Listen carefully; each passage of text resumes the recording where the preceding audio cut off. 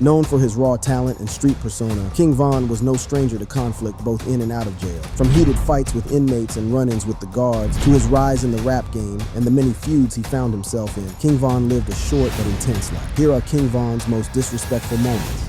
King Von versus the law. King Von, born Davon Bennett, was no stranger to the law. His legal troubles started early, reflecting a chaotic lifestyle that often put him at odds with authorities. In 2011, at just 16 years old, King Von found himself behind bars for armed robbery, a charge that set the tone for his future encounters with the legal system. Me growing up, when I got in trouble early, 15 years old, like that, so I ain't never been grown until like right now, because I've been in jail all the time. In 2014, King Von was charged with one of the most severe accusations possible: murder. He was implicated in the killing of Malcolm Stuckey, a college student who happened to be present at a house party in Chicago, where Von and his rival gang members engaged in a shootout. This incident not only brought murder charges, but also multiple counts of attempted murder. These charges stemmed from accusations that he fired at a group of people, injuring 2 others in the process. The severity of these allegations meant that Von faced significant prison time if convicted. The case dragged on until 2017, with Von spending about 3.5 years in jail awaiting trial. During this period, Von's behavior behind bars became notorious. He was known for his disrespectful attitude towards both inmates and law enforcement officers. Reports from those familiar with his time in jail describe numerous clashes with other inmates. King Von was involved in several fights, often displaying a ruthless and confrontational attitude. His reputation for being combative and uncooperative made him a well-known figure within the correctional facilities he was held in. On one occasion, as Von and all the other inmates were being corralled into holding cells, he spotted a familiar face, a member of their rival gang known as 051 Freaky. Without thinking much about it, Von swiftly slipped out of his handcuffs and charged at Freaky, who was not expecting the attack and could do little to shield himself from it. Von's fists flew with a fury, each one connecting to flesh and body parts. 2 other inmates joined the fight, both already allied to Von. The guards, witnessing the chaos, intervened just in time to prevent further harm. Both Von and Freaky were extracted from each other and separated into different cells. After the fight was broken off, the cops asked how Von managed to break free of his cuffs. When interrogated by the authorities, he gave a rather vague response.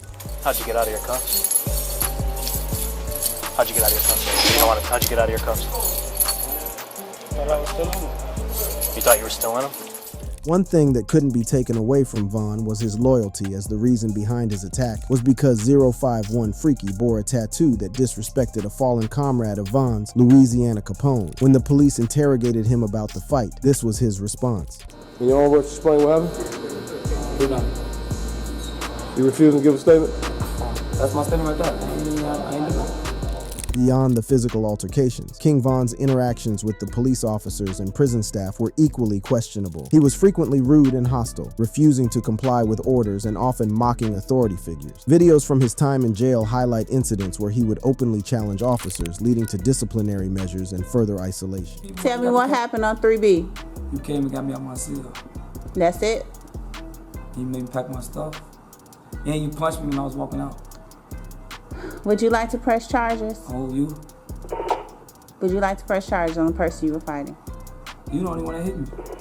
Okay. On another occasion, a guard, referred to by inmates as the white shirt due to his uniform, entered Von's cell under the guise of a routine check. Words were exchanged, a verbal jousting that escalated quickly. The guard moved, perhaps too aggressively, and Von's response was immediate. He claimed self-defense, stating that the guard had pushed him first apart from causing fights and disrespecting his fellow inmates and the police officers. The inmate didn't want to come and cell with me, so the white shirt came. The white shirt came in the room and said, go to the back.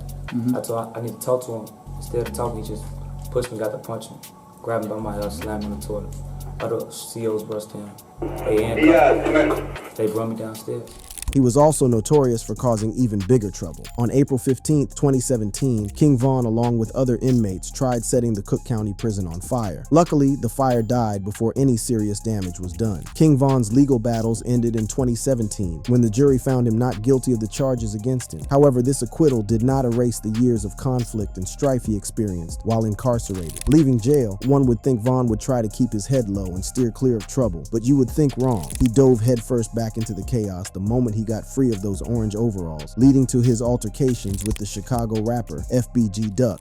King Von and FBG Duck.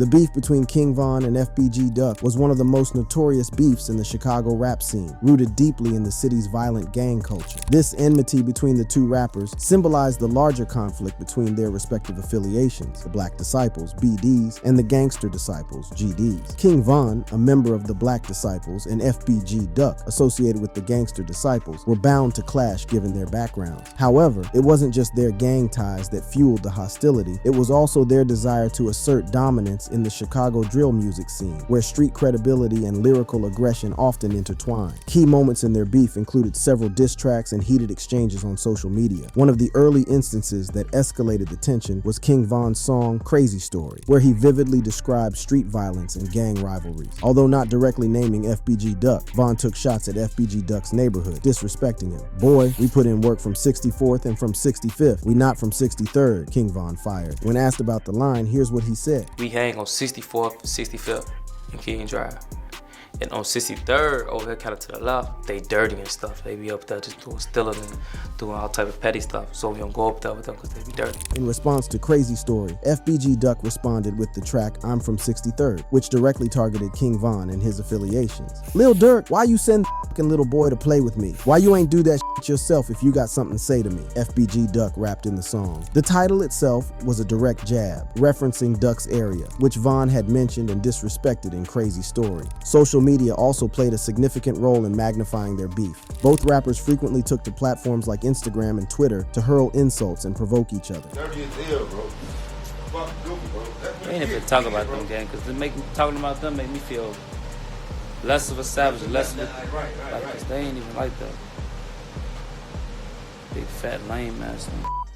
King Von also used more of his music to convey disrespect towards FBG Duck. In songs like All These N***, Von's lyrics were laced with derogatory remarks aimed at Duck and his associates. Lines such as, "Tuka in my lungs, I say that every time cause he got smoked, from this track were seen as direct provocations because the line referenced Tuka, a teenage member of FBG Duck's gang that was shot dead in 2011. FBG Duck also didn't hold back in his retaliations, but his song Chicago Legends was a rare moment of truce, where he paid homage to fallen rappers from both sides, including King Von's friend Lil Durk's cousin Nusky. However, this fleeting piece was overshadowed by Duck's subsequent diss tracks that reignited the beef. The intensity of their beef reached its peak with the release of more provocative tracks from both sides, each filled with threats and boasts about street dominance. In Twin Nim, Von collaborated with Lil Durk to further insult their rivals, with lyrics like, "Where he stay, he think he safe, but we know where he stay. On the lam, we do it for Mo and the O, we do it for Big A." These words were not just for show. They showed the deadly real-world stakes involved in their beef. Their rivalry was more than just a battle of words. It was a dangerous game that ultimately led to tragic outcomes. FBG Duck was fatally shot in broad daylight in Chicago in August 2020, a reminder of how these rap beef can have fatal consequences. FBG Duck wasn't going to be the last person to face Von and somehow end up dead. Von's long, drastic beef with K.I., a girl known for her ability to drop men with multiple shots through their skulls, would also end with someone lying in the pool of their own blood.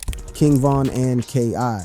In the heart of Chicago's South Side, two gangs, O Block and STL, were locked in a long and bloody beef. King Von rose as a prominent figure in O Block, a gang in Parkway Gardens Homes where he grew up, named after O.D. Perry, a slain gang member. His reputation for street exploits grew, making him a notorious figure within his gang. On the other side was Gakira Barnes, known as K.I., a feared and respected name among the Gangster Disciples. Despite her youth, she was linked to numerous offenses, earning a notorious status among her peers and rivals. The rivalry between O Block and STL went beyond territory. It was a generational cycle of revenge that claimed many lives. King Von and K.I.'s paths crossed against this show of continuous violence and dominance. As King Von and K.I. gained notoriety, their interactions played out publicly, especially on social media. Their Twitter exchanges mixed hostility with unexpected flirtation. It started with a physical fight on a local train, where Von claimed victory, leaving K.I. with minor injuries, a claim she fiercely contested. In a tweet made by Von right after the fight, he seemed to be excited about coming out on top after the fight, rubbing his victory in his rival's face. Op Dyke hoes get whopped on Da Train lacking. Think about it. K.I. seemed to have a different opinion on the fight, as she tweeted, "Ain't got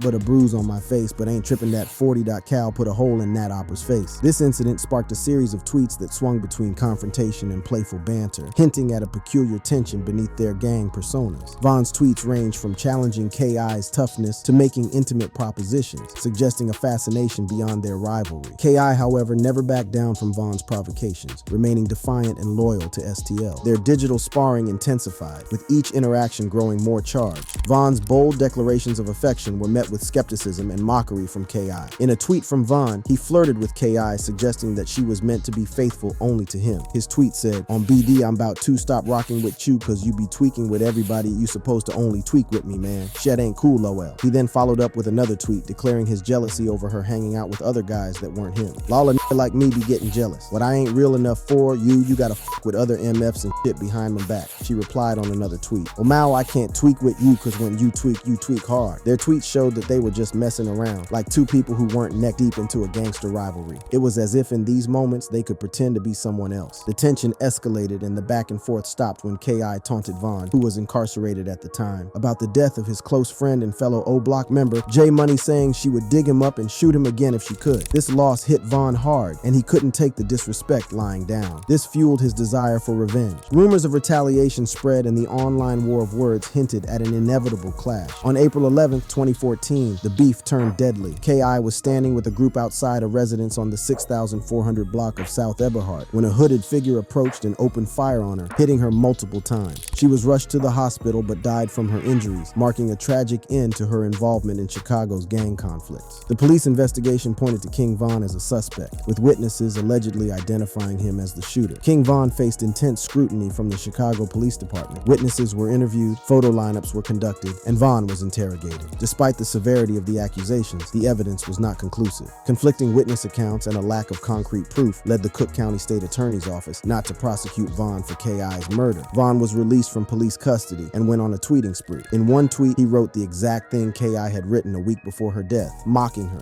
Following his acquittal, Von redirected his focus to music, and even then, he still didn't stop disrespecting K.I. In his song War With Us, he rapped, "Put a pretty op bitch in a morgue, huh? Call that bitch drop dead gorgeous, damn." With K.I. gone, Von needed to be engaged in sizzling beefs to fuel his street cred and his lyrical genius. Here enters Tekashi, the rainbow-haired rapper who seemed to Von like the right kind of prey.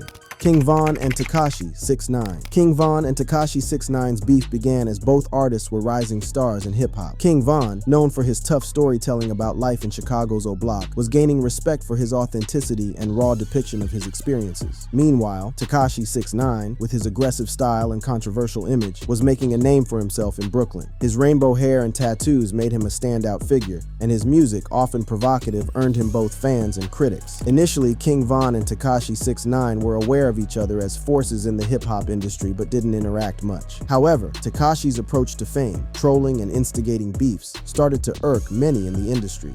This greatly contrasted with the genuine persona that King Von represented, and it was only a matter of time before they butted heads. Tension between the two began to escalate in 2018. Tekashi began targeting several Chicago rappers, including Chief Keef and Tado, which caught King Von's attention due to his close ties with those artists. The situation worsened when Lil Durk, a mentor to King Von, tried to mediate during an Instagram live session. Instead of de-escalating, Tekashi continued his taunts, aggravating the situation, but the conflict continued to sizzle, never reaching a peak, until Tekashi was arrested on serious charges and decided to cooperate with federal authorities. His testimony against his former associates earned him the label of a snitch, damaging his street credibility. Lil Durk, once an ally rallying for the release of the Rainbow Rapper, immediately went on social media to express his thoughts, where he tweeted, "Fuck 69 Snitch K." King Von wasted no time in publicly expressing his disdain for Tekashi, distancing himself from anyone who associated with him. The beef only intensified when Tekashi, after his release from prison, released the track Trolls with Nicki Minaj. King Von felt betrayed, especially by Minaj's collaboration with someone he considered a traitor to the streets. In a now-deleted tweet, he made his feelings very clear, saying, "Damn, and I used to love Nicki Minaj." He went further with his tweet to call the rap veteran a clout chaser. "I know so many MFs that'll do anything to make it. Go against every moral, break every code. Trade on every friend just for a taste of the fast life. Desperate, easily moved ass people. Then get the shit and it don't even be worth all the loss and pain that MF went through. You chasing that shit." He also attacked Akon, another veteran in the music industry, for working with Tekashi. In his tweet, he talked about never ever forgiving Akon, and even going as far as insulting the Lonely singer. "I'll never forgive Akon for working with that rad ass nigga at Akon, yo Usain Bolt looking ass." Lil Durk chimed in with his own thoughts while featured on the song Laugh Now Cry Later alongside Drake as he rapped, "Can you not play that Lil Boy in the club? Cause we do not listen to rats." As the beef continued to brew, it became clear that the conflict was about more than than just two artists at odds. After King Von's death in November 2020, Tekashi's reaction was seen as highly provocative. He posted a laughing emoji on King Von's Instagram page and made inflammatory comments on Lil Durk's post, suggesting that Durk should seek revenge. He replied to Lil Durk's Instagram post mourning King Von, saying, "Nooski now Von, and you still rapping, go pick up a gun." He even wore a t-shirt with Von's face on it, mocking the dead rapper. In his track, Gene, he failed to mince words as he called out Lil Durk for being a coward and not being gangstar enough to avenge his friend Von. "Your man got shot and you made a diss track. Go get a gun and get some get back. Your man got shot, he not coming back. Go get a gun and get some get back." He rapped aggressively. Tekashi's actions were widely condemned, with many calling for an end to the violence and toxic behavior. With Von gone, Tekashi could spit on his name without having to face the consequences of a strike back from Von himself. Another man who seemed to enjoy Von's death just as much as Tekashi was the Baton Rouge rapper NBA Youngboy. King Von and NBA Youngboy. The two started out as two rap heavyweights, both sharing a mutual respect for each other. In a number of Instagram live videos, Von would be seen bopping heads alongside his mentor Lil Durk to beats of Youngboy. King Von and Youngboy NBA's beef began subtly when King Von questioned Youngboy's authenticity during an Instagram live. As Youngboy's "Play With Us" played in the background, Von criticized the lyrics, saying, What Youngboy talking about on this song, bro? What? You talking crazy on this song. Oh, yeah? He ain't even like that. Oh! On his ass now. All that cap. You got cap in your raps. Youngboy's response was silence, leaving the moment to simmer. The tension then grew when King Von posted a picture with Janya, Youngboy's baby mama. Youngboy quickly retaliated with a social media post featuring his son and a provocative caption. "I'm gone, make sure that my son f*** your daughter since you trolling bitch #4KT#." This started a bitter conflict that captivated and divided fans, with music, social media, and street life intertwined. As the rift deepened, the beef escalated. Youngboy entered the studio with Asian Doll, Von's ex, in a tit-for-tat move. Von responded with a tweet hinting at scandalous secrets about Youngboy's baby mama. His tweet read, "I'll post some shit on this bitch that a Maca MF cry and stop claiming they kids," and all type of shit. Youngboy's track, Dead Trolls, contained lines many believed were aimed at Von, referencing his move to Atlanta and questioning his street credibility. "Travel around with hella troops, I got pictures of you lil pussy bitch. Plan on staining something in Atlanta too. Won't get up with me, but I don't fuck with you." Youngboy's lyrics fired at Von. Allies on both sides joined the fray, with Quando Rondo and Lil Reese exchanging barbs, and Quando's associate Lil Tim issuing warnings to Chicago rappers. The conflict turned deadly on November 6, 2020, outside an Atlanta hookah lounge. A confrontation between King Von and Quando Rondo, a close affiliate of Youngboy, escalated into violence. Von had attacked Quando and his crew, and to defend themselves, they opened fire. After moments of bombarding each other with firepower, King Von got hit by Lil Tim, and he died that night. Quando Rondo later expressed his shock, claiming he didn't realize he was fighting Von, someone he respected due to his connection with Lil Durk. However, the beef between King Von and Youngboy NBA's camps continued to smolder. Asian Doll, Von's former partner, tried to dispel rumors linking Von's death to the beef with Youngboy, emphasizing that both she and Von had collaborated with Youngboy. Despite this, Youngboy's release of Bring the Hook reignited tensions with direct references to O Block, Von's home turf. "This gun was bought just to kill niggas." Youngboy wasted no time in spitting on the dead Von.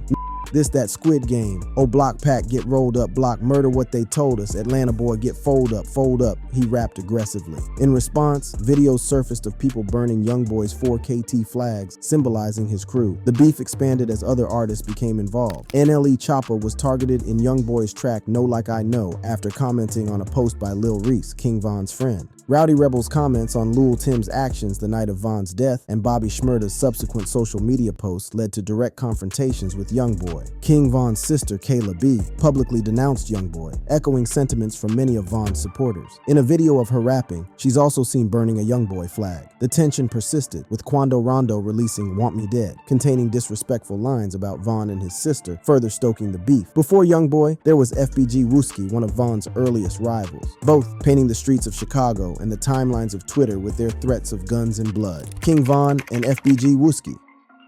Before fame, King Von and FBG Wooski were just two young men navigating Chicago's South Side. FBG Wooski, born Marvel Williams, from the Gangster Disciples, specifically St. Lawrence, or Tukaville, a rival territory close to O'Block. Von and Wooski's beef started early, shaped by their environment, where disputes were settled on the streets. As King Von's star rose, Wooski's reputation grew as a formidable opponent in both music and the streets. Their early conflicts, both physical and online, set the stage for a rivalry that turned personal grief and loss into fuel for their beef. Their beef escalated as they used music and social media to amplify their rivalry. King Von's rap style depicted real street encounters, stoking the flames of conflict. His early track Problems was seen as a provocation, celebrating the demise of an O'Block rival, Modell, a close friend of FBG Wooski. In the lyrics, Von boasts about hitting a rival in the head, leaving the victim lifeless. Hit a nigga in the back of his head, leave his dreads like a bald fade. Boom, boom, boom, boom, shots fired. It's panicking. FBG Wooski, seeing this lyrics as a shot at his gang, responded with his own lyrical warfare. His track Computers Remix was a scathing insult, filled with abuse aimed at fallen O'Block members like Big A, J Money, White White, Chino, and OD Perry. Boy, fuck O'Block, bitch, we Front Street K and we Brick City K on Phonem Grave. He makes his thoughts on the rival enemy clear, not mincing words. You can get did like OD, Baldy, Chino, or Pluto like Mr. Perry, Wooski threatened, vowing more attacks on whoever dared to come after his gang. In 2012, a notable Twitter exchange saw the two threatening each other. In one tweet, Wooski accused Von of being a coward as he came face to face with him and couldn't stand his ground, a claim which Von countered by saying that Wooski locked the door and hid behind his friends when Von tried to come back into the store where they met. Another tweet showed King Von boasting about his violent exploits, which Wooski met with taunts. This online sparring led to a physical altercation in front of O'Block, broken up by police before it could escalate. The turning point came with the tragic shooting of Chicago rapper Dusky the Man, a close associate of Wooski. The day after Dusky's murder, King Von tweeted about a dark cloud over Chicago, seen as a veiled reference to the incident. Dusky's funeral became a flashpoint. FBG Wooski, attending the funeral to mourn his friend, was targeted in a brazen shooting outside the memorial service. Wooski was shot in the head, and videos of the shooting showed Wooski in a pool of his own blood twitching, but he survived. King Von wasted no time as he took to Instagram Live to poke fun at the video with his mentor Lil Durk. They both laughed and imitated Wooski's twitching, with Von saying, "I bet Wooski's still twitching," later on Twitter. Afterwards, King Von's social media suggested a chilling nonchalance, with tweets that seemed to react to the shooting, including references to biblical figures and cryptic messages hinting at victory. Did you enjoy watching this video? Click on any card on your screen for similar content.